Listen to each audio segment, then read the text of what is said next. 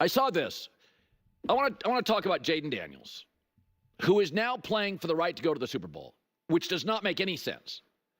But what makes even less sense is a statistic from this regular season. He has one elite weapon and a below-average roster. Jayden Daniels in Washington had the highest fourth down conversion rate in the regular season, ahead of Josh Allen, who was second, Patrick Mahomes third, and the Eagles, who have Saquon Barkley, Jalen Hurts, A.J. Brown, and the best offensive line in the game. That makes no sense. And I was thinking about this. If you go back 10 seasons, just a decade, the AFC had three icons, legends at quarterback: Brady, Peyton Manning, and Big Ben. And you're thinking to yourself, man, when these guys leave, how do you replace them? I mean, the NBA's been searching for the next MJ for 20 years.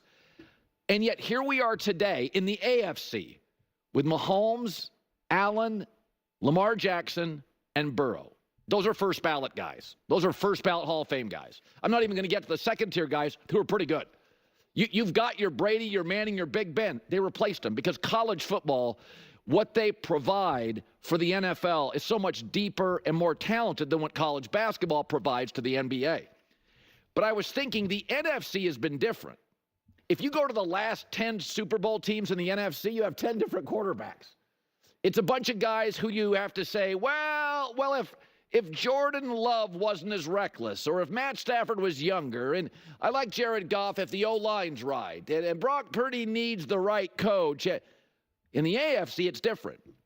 And I really believe that Jayden Daniels is the Mahomes of the NFC, that the pecking order will start with him starting next year. I really believe that. I don't think it's a reach. I don't think it's hyperbolic. I think he's the Mahomes. That from this point forward, people will slot behind. Now, Caleb Williams with Ben Johnson may be a 1A. He could get really close. But I don't know if I've ever seen anything like this early. The fact of the matter that a rookie with a average O-line that is now missing their best offensive lineman against Philly this weekend, and one weapon, Terry McLaurin, was the best fourth down team in football. Better than Lamar Jackson, better than Stafford, Josh Allen, Patrick Mahomes, Kelsey, is a remarkable feat. Yeah. First off, don't you forget where you heard it first. I'm the one that said that first. I'm the one that said that we are witnessing Patrick Mahomes' rookie season right now. And Patrick Mahomes didn't actually have to even play his rookie year. He went to a team that had already gone to the playoffs and got to sit a whole year. Just saying. Just saying. I also said that Jayden Daniels is already a top quarterback, and people got real mad about that.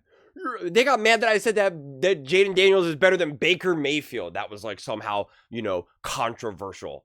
And now we're talking about Jayden Daniels being the Mahomes of the NFC. Oh my gosh. No, it's funny. It's funny. It's funny. Listen, I'm not, in all seriousness though, I'm not even the type of person that needs to be first or anything. Like I'd rather be accurate. Like, especially before I even ever did anything with this channel or publicly shared my opinions like this. Like, I am definitely a very slow, wait and see type of person. I really am. It's how I am in my life, to the point probably where it's I'm too slow in a lot of things, because I'm I have all that angst. I really want to, when I make a conclusion, I really want it to be the correct conclusion, or at least logically get there appropriately. But to me, this was just so obvious. It was just so obvious. I don't even think you even have to watch him play football. Just have a conversation with him. Just watch him talk. Watch the way he moves. You literally don't even have to watch any highlights of him playing ball. You can just tell. I mean, seriously. But when they talk about fourth down conversions, let me get to it. Right here. I mean, that's light years different. Light years. And that's with Josh Allen, who's a beast. That's with the Philadelphia Eagles, who have, their brotherly shove. The Kansas City Chiefs, that's with Patrick Mahomes and Andy Reid. And now we're talking about Jayden Daniels and Cliff Kingsbury and, Zach Ertz and Terry McLaurin. Like, it's just wild. And it's because what the Commanders do is they put the ball in Jayden's hands to make decisions. And there's a difference. The Philadelphia Eagles, they definitely convert more than just the brotherly shove. If you watch Philadelphia Eagles games, they do, like, you just even against the Rams, like, they threw on 4th and 3, I think it was. So it's not always just as 4th and 1 or something like that. But that is the bulk of what the Eagles do. It's those short yardage gains. And so that is just their play that they do. So that's like set in stone. That is what it is. The Kansas City Chiefs, it's a specific play that Andy Reid has dialed up that then Patrick Mahomes executes. Okay? And the Buffalo Bills, for the most part, it really is just being like Josh Allen, just kind of like put your head down and find a way. They kind of have their own version of the brotherly shove in a way, but it really is just kind of like, hey, Josh Allen, just kind of like barrel your way through. Now the Commanders, it's actually completely different. We're just going to put the ball in Jayden's hands, and then he's going to decide. He is the thrower, the runner, the decision maker, the coach, like the coordinator, the play designer, like he's everything all in one in that moment. It's literally just, it's like if you ever play like Madden or anything like that, and I confess I haven't played in a while, but it's like when you get an interception or something, right? You get the interception, and then what happens is it's almost like in slow motion. It like freezes kind of for a second. At least this is the way how it did when I saw. And then the camera kind of like turns back around because now it's like the different perspective, different point of view. And that's honestly what it feels like when Jayden Daniels gets the ball. It's like they call hike, and you're looking at it from like kind of like that top view or whatever to the side, slightly to the side or whatever. And they call hike, and then Jayden Daniels gets it, and then it's almost like slow motion where it's like we kind of like get brought into Jayden's world, and it's just like, and then it's just like, okay. And then it's like slow motion. It's like, what do we do here? And then it's just literally just assessing the field like a cyborg. Like just like, and it's like, I imagine like it's Terminator where you have like all the different things like going on the side of like your eyes, like in your vision, where it's just like calculating things, and it's just like, then you have like random numbers on the side that you don't even know what they mean, like random calculations, and it's just like assessing everything, like random players on the other field, on the other side of the ball are being like highlighted and flashing or something, and it's just like having all these, and it's just like, it's just kind of wild. It's just kind of wild. And that's how you get something crazy like 87%. Like you can say that that whole rant is kind of weird, but it's like, what's weird? 87% on 4th down conversion. And it not just being 4th and inches with a quarterback who's like 6'5", 270, who's just able to just like barrel through. The dude, I have bigger muscles than Jayden Daniels. I do. It's a fact. I mean, I'm not bragging. It's just a fact. Like I've seen so many, I see him and I'm just like, man, like I literally got bigger buys and abs and like I'm literally physically bigger. There's a real chance, not even a real chance, like I'm almost positive that I can bench more than him. I can row more than him. I could just curl more than him. Like I'm very confident. Very confident. He's faster than me, obviously, and he's better than me in every other way. But so it's just like, it's not just brute force here. And it's not even just speed either. It's not just like, oh, well, he's so fast, you get around on the edge and you can't stop him, or he's so elusive. Like there's some of that, but it's all the other stuff too, because that's how you get, otherwise they would be like in the 70s, maybe, they would be within range. That's a massive jump. 87 to 72. You can't slice it any other way. It's massive, massive, massive, massive. And that can't be explained by just kind of like, well, the Buffalo Bills do this, and well, the Chiefs do this, and the Eagles. No, because you can see that those three teams are all within range of one another. They're all within range. Now, how they get there is a little bit different, of course, but they're all still within range. The Commanders are a legitimate outlier. It's like if this was a graph, you'd see it, and then you see a spike from the Commanders. So it's pretty remarkable. And that is because of Jayden Daniels. And it's funny, clear he's already an elite quarterback. Like, the dude is special. The dude is special. When I said he was already playing better than Lamar Jackson, people got so mad. When I said he's playing better than Patrick Mahomes this season, I was like, I don't care about previous accomplishments. I'm talking about this season. People panicked. They had a panic attack.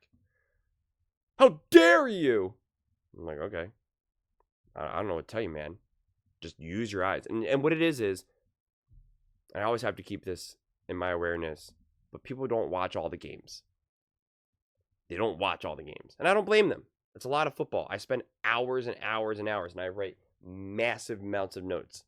And so I get it. I mean, a lot of people don't even have access to watch these games, you know, unless you're just lucky and that game is aired wherever the heck you live. You know, like there's a 95% chance that you're not even going to be able to watch them play. So you would have to just watch random highlights, which then you wouldn't really be able to see the special. And then you're just relying on what other people say. But it's just obvious. It's very, very, very obvious that the dude is just different. And if you want to say that, oh, he owns the NFC, why are you capping it off there? Like, huh? Why do we have to separate the AFC from the NFC like it's some sort of like divide? That's a bunch of nonsense. You can talk about all those other quarterbacks who didn't win Super Bowl. Okay, has Lamar Jackson won a Super Bowl? Has he been to a Super Bowl? Josh Allen won or been Super? No. So like I don't. We can talk about all the NFC quarterbacks all we want, but like, huh? So like, no. We can just say that Jayden Daniels is a top quarterback in the NFL. Okay, how about that? How about that? It'll be okay to just say that. We don't always have to be like, well, of course the AFC is a different. Of course Patrick Mahomes is different. No. No. I'm telling you, no. There's not something that is so ultimately inherently more special about Patrick Mahomes than Jayden Daniels. I'm telling you that right now. There is nothing that is more inherently special with Patrick Mahomes than Jayden Daniels. Nothing. Nothing. Patrick Mahomes was just blessed enough to be special, to be elite, to be great. Can't emphasize that enough, but then also be in an awesome situation. And I'm 100% confident that if Jayden Daniels, this exact version of him, if he was drafted in 2018 and went to Andy Reid, this is what we'd be seeing. I have no reason to believe otherwise. Zero. Because look what we're seeing here. With an inferior team, technically. With a coach who has significantly less experience than an Andy Reid. Without all pro players like Travis Kelce and Tyreek Hill. It's absolutely remarkable. It's absolutely remarkable. And it's okay to have honest discussions about that. And a couple years from now, when I get to do another victory lap, I did my victory lap and I showed you clips from like October and, you know, July and June. Well, it'll be funny to do a victory lap and I get to put 2025, 2024. I'm like, remember when I said that years ago? Yeah. Let's go read the comments of those videos and see how people said how wrong I was and how dumb I was. That'll be a fun victory lap. But those are just my thoughts.